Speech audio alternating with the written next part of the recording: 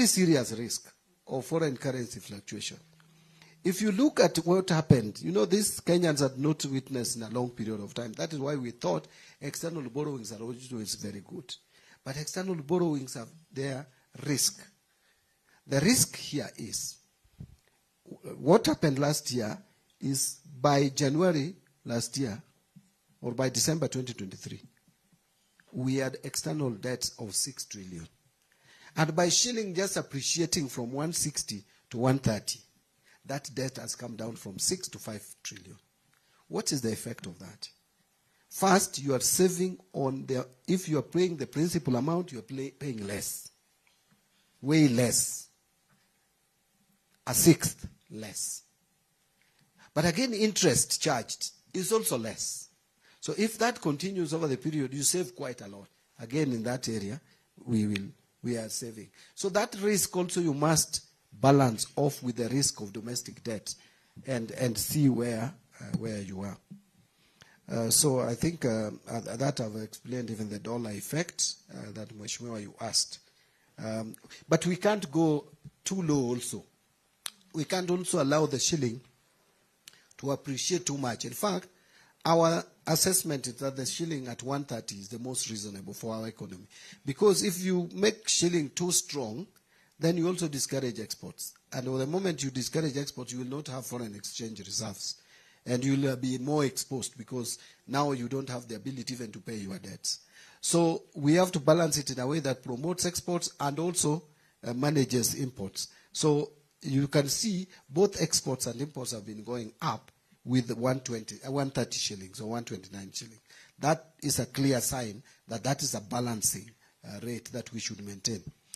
On, well, I think we have talked about sessional paper, but I agree with you. I think I need to get more to engage. But again, some of these things is just by sitting down with your colleagues and discussing, like when Honorable Kenaim, you came with your team to us. What we need to do now is to see, is there some deliberate efforts to mainstream that into the budget? What can we do? We may not do everything in 1 year, but we need to reflect inclusivity in our budget. Because it's expounded in our, including even the Article 201 on public finance, talks about inclusivity. It's a constitutional requirement. Enticing Kenyans coming back. Can I just say something? I hope it will not be too controversial, you know. We have the media here, but it's okay. This is what I've been saying. If we cannot fight corruption and root it out, we better allow people who have got this illicit money to invest it here.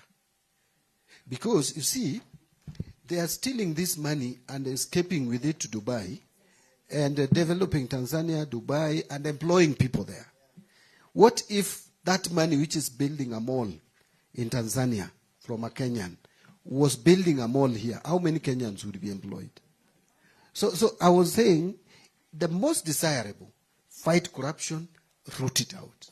If we fail, then allow it. And tell people, if you find a way, we will look for you somehow. But if you escape, just put it here. We will not follow you. If you escape with the ng'ombe, tutakuruhusu uchinje ng'ombe na sisi zote tukule. Badala ya escape with the ng'ombe to the bush and you allow hyenas to eat it there. But I hope that is not going to be very controversial. But yeah, but it will be. So we need to. But again, but there are also Kenyans who are doing good investment out. We just need to create a conducive environment for that investment. Equalization fund, I can't agree more. Arrears is there. The only challenge we have is the fiscal space. And again, now when you put it in a way that it is not meeting its objective, then I don't see why. And always reducing arrears. But we saved this financial year. I made sure that we didn't reduce the equalization fund. There was an attempt to reduce the equalization fund again, and I said we can't do that. New formula on sharing, I agree. We must look at the formula This thing of saying where people don't live should not get money. You know, everybody needs, hata kama sisi ni watu watatu, we drink water the same way 10 people drink. So they may drink more, give them more, but make also water available for us.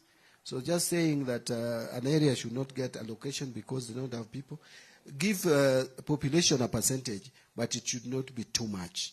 Give area also a percentage, commensurate with it. Give all other factors, including poverty index.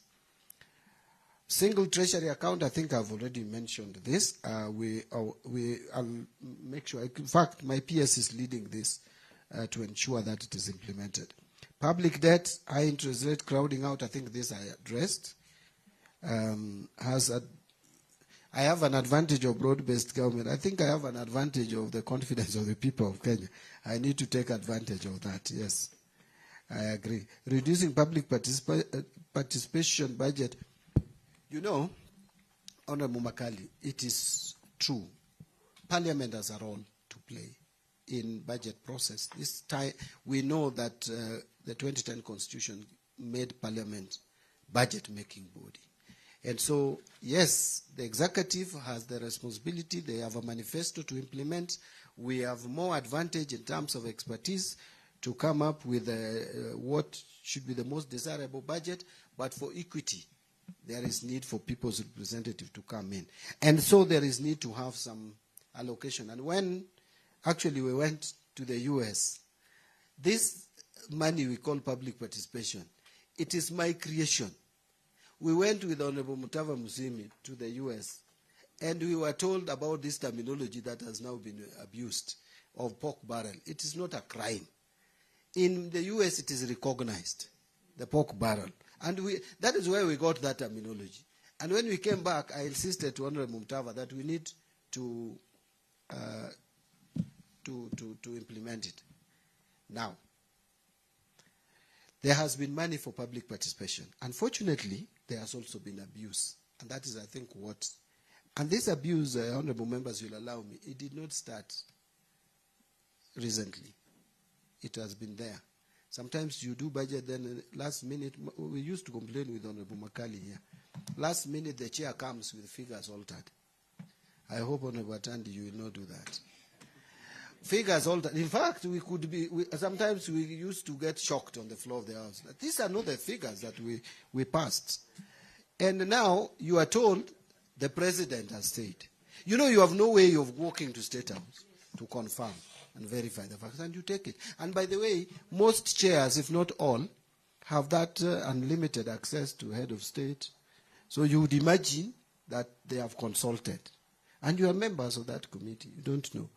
Now, you people had put the budget, but it was altered, the public participation. A lot of money were put in it. It was 18 billion, I hear. When Gen Zs revolted, it came down to 12.9. Now, a lot of it were in areas that were not making a lot of sense. So the head of state, when we met, and actually it was brought by the CS Roads, that look, I have a budget here, which I don't know where it came from. My people don't know where it came from. It came from your people. And the head of state told me, CS, this money, reallocate. I had no reason to object to that. But I think we left something out of that. Let me not go into the details. But public participation, I support. We need to still have it. Make sure that the counties we have identified, we give allocation so that there is that affirmative action. So it is something I support. I'm sure when we'll get to budget estimate, tutaangalia hiyo. NGCDF, I made a promise. Unfortunately, I expected some external finances to come. In fact, even when I spoke in Naivasha, I said we will release the money, and if we get some external finances, I'll even do 2 months. There was a month I was supposed to do 2 months. But I only did one and didn't do the 2 months. Why? Because the external finances have not come. Actually, up to now, I'm waiting for some disbursement either this week or next week. So that is the challenge. We have actually been struggling with domestic finances. IMF did not give us the 9th review money for the 9th review because we didn't go to the 9th review. There was no time. This program is coming to an end on 1st. We are losing about $780 million out of that, which we had factored in our budget. We are also, the World Bank has also not disbursed. There is this bill which you people still have, Parliament have, the conflict of interest and the social protection bill. Once those things are off the table, then World Bank will disburse. I have not received that money. So what do? The little money that I get, I balance off.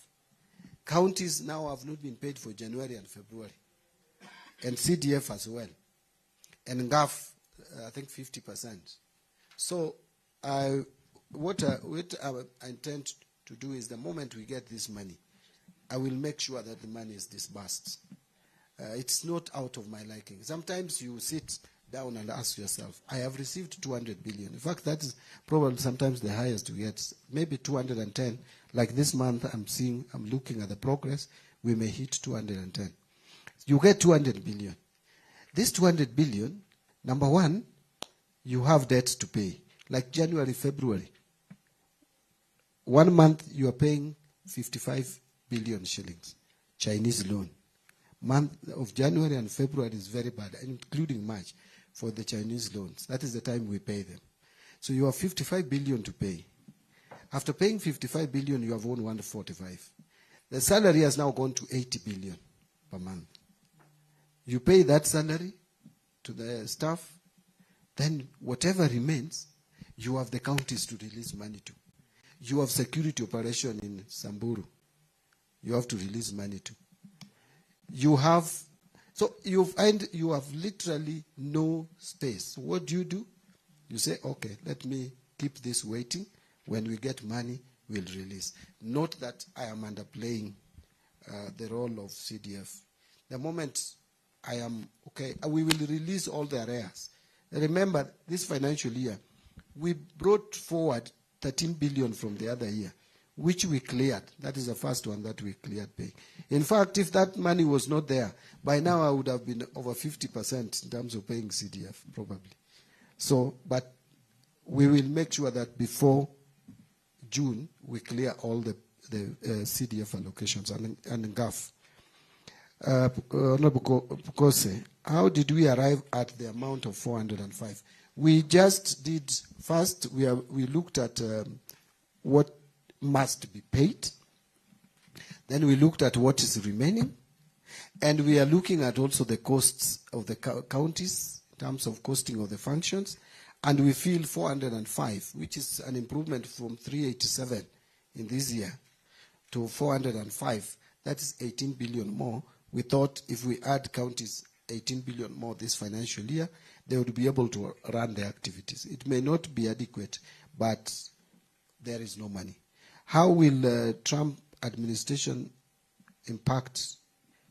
It impacts because the support that that U.S. has been giving us through USAID, though not within the budget, it's off budget, but provides essential services like health, some malaria, TB, HIV.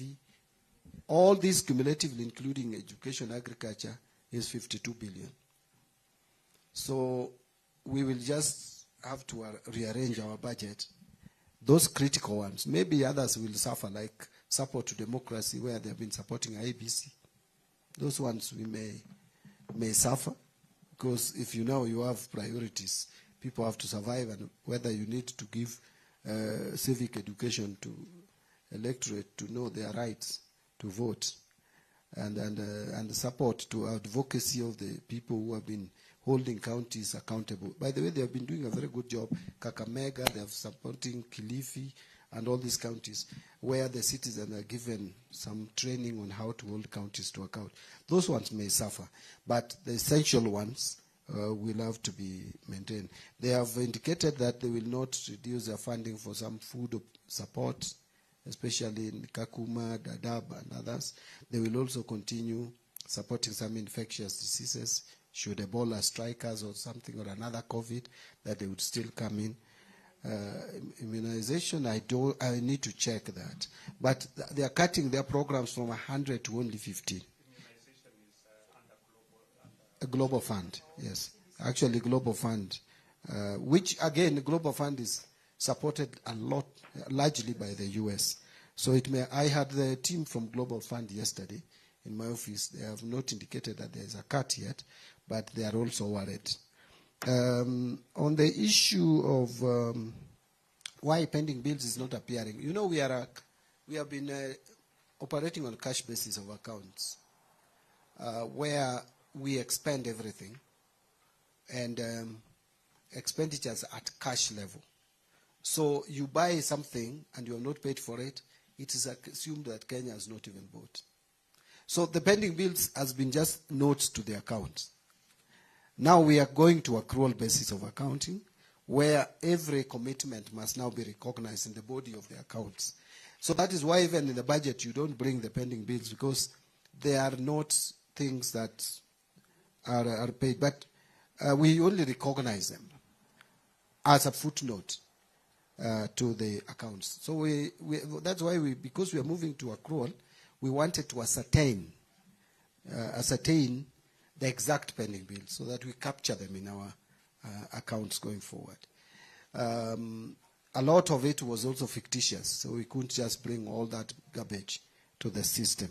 So once that is completed, then now pending bills will form body of our account. You know, the way we have been accounting is very interesting. The way you expense this water is the same way the government expends motor vehicle. Once it's bought, it's expensed. Yet a motor vehicle has a longer period of, contributed to the economy. And you also asked about the pending bills that the county governments have to national government agencies.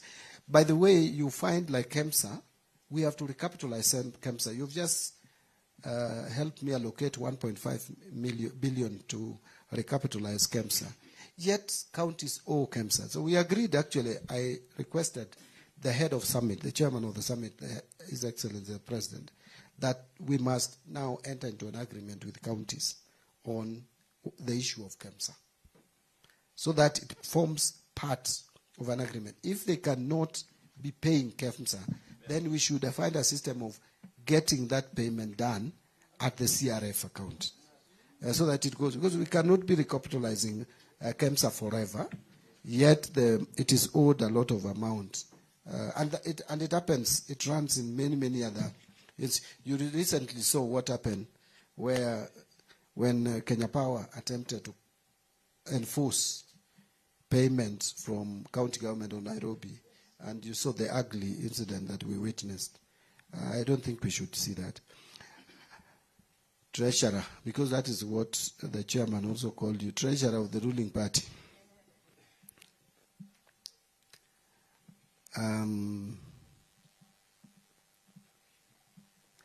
Securitization of the 7 shillings, you have just commended the government.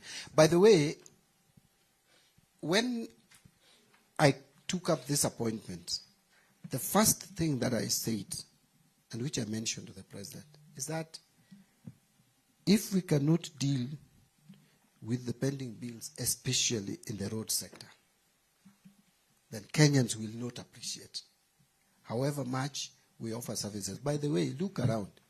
This government, and I'm not, si kukutetea serikali, but kusema ukweli. Look at the markets being constructed in this country. I think it is more than any other time in the history of this country. If you look at the housing projects, better than any other time. If you look at TVET's construction, it's almost everywhere you find. So almost everything is being done. But ask majority of the people, they will still tell you, hatuoni, hii serikali inafanya nini? So one of the reasons is majorly because of roads. You know, roads as a life, as a connection with people. We went to the president to Nyateke, and he took something to me which is economically changing the lives of the people, supporting rice farming in that area. And people are clapping for him. He's saying, I'm bringing you, we are going to give even money to mop up rice and all that and all that. And they are saying, before he finishes. Lakini barabara ya kwenda Muhuru, unasema nini? Mpaka the president, juzi aliniuliza, make sure the road to Muhuru is in the budget, from Masara to Muhuru. Road has a connection with the people. So we had to take a conscious decision. It was really resisted by these people. This, you know, I'm nowadays the headmaster of Mandarins. The Mandarins, my Mandarins are the treasury. Really? Is that correct? Actually, I will tell you, I almost became a lone ranger at the treasury to support this securitization. And I had to convince my team to support it. We supported it. I said I'm going to support it to the end. And it is something I support. In fact, I told them, I am ready to go to jail for securitizing 7 shillings to give Kenyans money to pay contractors. If it is found that I have violated any law, Constitution, PFM, please jail me for making money available so that our roads are done. I come from a place where there are no roads, and I know how we are suffering. So that is something that I was very deliberate on. Fortunately, the CS roads was equally so committed and sold into it. I think I have only 2-3 more questions. The one, how can we make sure that Kenyans get more disposable income? 2 ways. Now we are dealing with the pending bills. I don't want to go back to it. But the reduction of interest rates that banks charge to Kenyans is one way of giving Kenyans disposable income. How? Businesses will now be able to borrow and expand, and they will be creating jobs. If you had one outlet and you create a second one, definitely there will be Kenyans working there. They will have money in their pocket. One of the challenges we are facing, Chairman, is not even that there is a reduction in our income, in our salaries. You can earn the same salary, but if you are going to feed 5 other people with that salary, you will feel like your disposable income has shrunk. So we must help more Kenyans get income in their pockets. Lastly, direct taxes. We cannot continue increasing rates on direct income, employment income, direct taxes. Direct taxes have the potential of reducing disposable income, which again now reduce demand for goods and services, which then will reduce, as Honorable Makali told you, production, which then reduce employment. And the cycle is just, you get up to almost a cycle of poverty. Now, if you check what we did with the bill that you passed that is now a law, we have done something. Like someone who is earning 100,000, Honorable Pukose, the 2 levies that people are complaining about, the housing levy and SHA, take 4.25%, isn't it? So 4.25%, sorry. There is 2.75 and 1.5 of housing levy. So it takes your 4.25. This 4.25 of 100,000 is 4,250. That is the additional that you contribute. However, now, that money, if it didn't go to SHA and it didn't go to housing levy, you are paying tax on it of 30%. The moment you gave a relief to Kenyans that this money now will not be taxable, the effective amount that Kenyans are losing if you're earning 100,000 is not 4,250, but is 70% of 4,250, which is 2,975.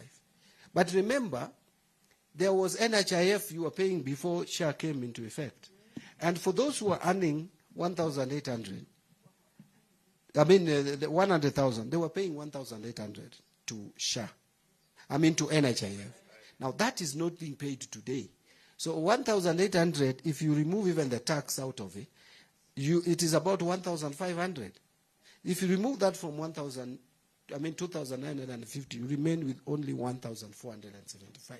So with what you did, which you should be very proud of, you provided a relief on a Kenyan who was paying about 4,000 more to only paying now 1,400 more. Yeah?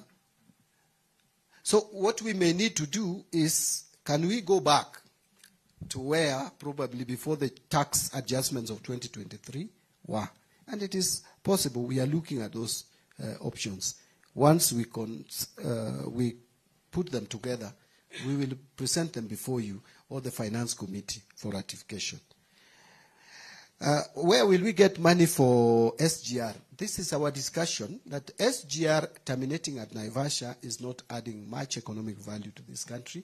Uganda is already putting up their SGR side from Malava.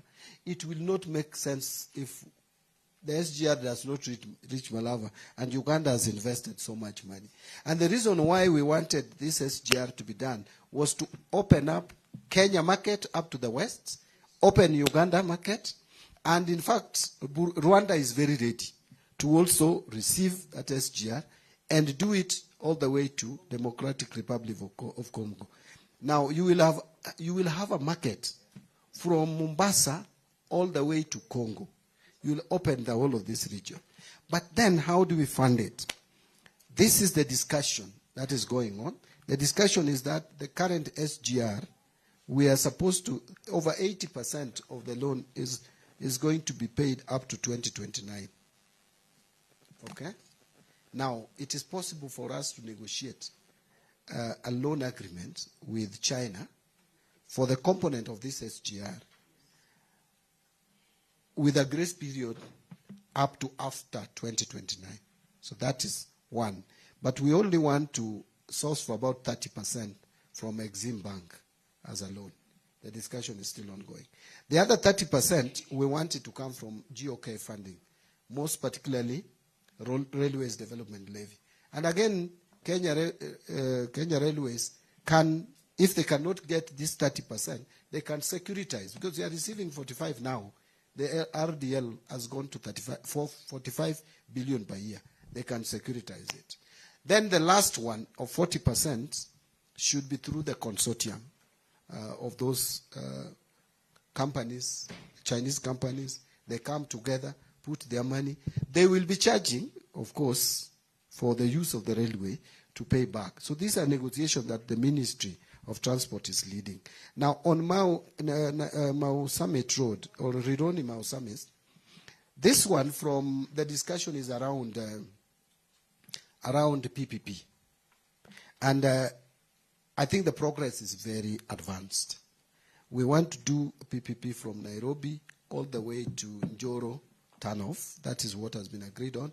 There are people who think we should go all the way to Mau Summit with PPP, that it is still economically and commercially viable. There was the discussion that after Njoro turnoff, that now it is not economically, because the PPP, they will not come and put money if it is not economically viable or commercially viable. So from here to Njoro, the discussion is ongoing. There are so many interests, that is what I hear, or people want to put their money. The government has just to get the best out of it and make money also, because these people will be making money, so that we don't make mistakes that we almost made with the airport. But this one is a PPP. After Riron, if it terminates at Njoro, then we must make sure that we do that 40 kilometers. Because again, if we crowd the traffic, goes from up to Mau Summit, the traffic is still very heavy. So if you just do it to Njoro, then you'll have a problem ahead. So we are thinking of, if we cannot get an investor who does all the way to Mau Summit and only terminates at Njoro, how then do we finance the remaining 40 kilometers to get it to Mau Summit? And then after that, now the traffic starts getting thinner in all directions. Also, counties take a cut. Well, I agree, but Ochieng also had a point that counties have limited space to raise money on their own. And that the money that we are raising is actually, ONSOS revenue is still struggling. Of course, counties with also their problems. We are coming up with a system that is integrated as a harmonized system, but they are resisting still. So we are negotiating with them to agree, because we also don't want to appear like we are loading onto them. to understand that we need a uniform system which helps collect revenue across the country, so that we don't have one system working here, another one working there. Let me end my presentation, Chairman, with the issue that you raised. The fiscal space and the maturing loans. My understanding and position of the numbers that we have is that Kenya, our debt sustainability is still okay. That Kenya does not have a problem repaying its debts, but we have a problem of maturing of the debts. Kenya has a debt curve which is very heavy at one point. There is a point where the peak is very high, like Mount Kenya. Unfortunately for us in this room, we are in these offices when we have just hit the tip. We have just come to that point where maturing of debts is at its peak. Some people made decisions somewhere. Maybe some of us were part of it. I was in Parliament then, and we approved all this. Of course, some of us spoke, but that was as far as it went. Some of the people who made those decisions are around in this country. Now they are speaking like saints or angels. But they are not in office, so don't blame them. They will always tell you they did the right things. However, Chairman, I want to ask. Let's not talk about multilateral loans. We have the total, the domestic loans, I want to leave aside, because the domestic loans, we actually refinance. And now our rates are even cheaper. So we are taking cheaper loans to retire more expensive. So it is okay for us now. But the external financing, out of the 5.09 trillion that we had of external loans by January, 2.83 is in multilaterals, which are basically concessionary loans. But there is 1.09, which is under bilateral loans, not very expensive. However, 665 billion out of this 1 trillion is to China, which China helped us do a lot of infrastructure, so we should not condemn them. But this loan is very expensive. Unlike our domestic debts and Eurobond loans, this is a loan you don't refinance. Inakuja na unalipa interest na unalipa principal. And you pay about 120 billion in a year on this Chinese loan. So it is a very expensive one. It comes every year, January, February, March, problematic for us. Now, I want to take you to where there is a problem. Where there is a problem is commercial loans of 1.17 trillion as at January. This amount, over 800 billion is now Eurobond. Billion is now Eurobond. Over 800 billion. But let me just, and then about 325 is syndicated loans. The syndicated loans are the most expensive. They are 12% to 14%. These are loans that people go to when you have a cash crisis. It's like Shylock. Sorry, I hope you people don't mention this. You know, they also help us at times. So, now, we have, before the Eurobond of the latest, we had 6.6 billion US dollars of Eurobond.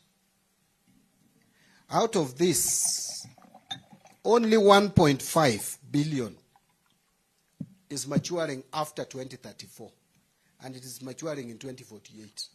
So between 2034 to 2048, you have no Eurobond to pay. But 5.1 billion has to be paid between now and 2034. 900, 2027. 1 billion, 2028. 1.5 billion, 2031. 2032, 1.2 billion. And 2034, 1 billion. You can see how it is. 2027, 2028, 2029 unapumzika kidogo na 2030, 2031 you have 1.5, 2032 you have 1.2, 2033 unapumzika na 2034 you have 1 billion. 5.1 billion to pay US, and this is US dollars, not Kenya shilling, in this period of time of about 9 years. But isitoshe, out of that 325 billion, which I told you about, Chairman, of syndicated loan. Now listen to this. Yes. But don't repeat it again. I will be quoted as having called them Shiloh. They are not. They are. Now, out of this year alone, September, there is one of 200 million US dollars. That September, there is another one of 75 million euros. Then October, the following month, there is $646 million. If you add this total, it comes to about $952 million. That's almost $1 billion, meaning about 130 billion payable this year. And then you have them up to 2030. Beyond 2030, we don't have syndicated loan. That is where we are. So what happens? All of us must work together to pay this money. You can't run away from them. And you know, I'm brought into office just when we are hitting this tip. You know, sometimes I ask myself, this economy has been somehow okay, and no one offered me the opportunity to serve as CS National Treasury. Then you come and put me on Mount Kenya, and I've never climbed any mountain. So that is where we are, Chairman. And I know with the working together, because we have a responsibility here, then we will be able to surmount some of these challenges. Because challenges is part of human life. Yeah. Thank you. Thank you. Thank you. Thank you very much. Members, we've come to the end of this session. And before we conclude, I think our director for PBO just joined us. There was something I was asked about counties. The pending bills in counties is ranging to almost 190 billion now. It's another area of serious concern. I just, because I was asked, I should have mentioned it. Sorry, Chairman, for interrupting. Thank you, thank you. I was just saying that we were joined by our director for PBO when we were in the middle of this meeting.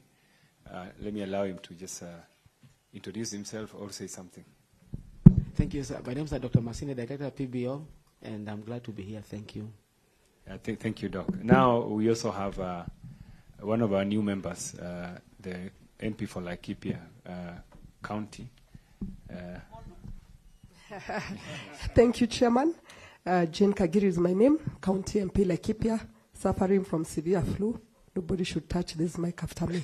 Thank you, Chair.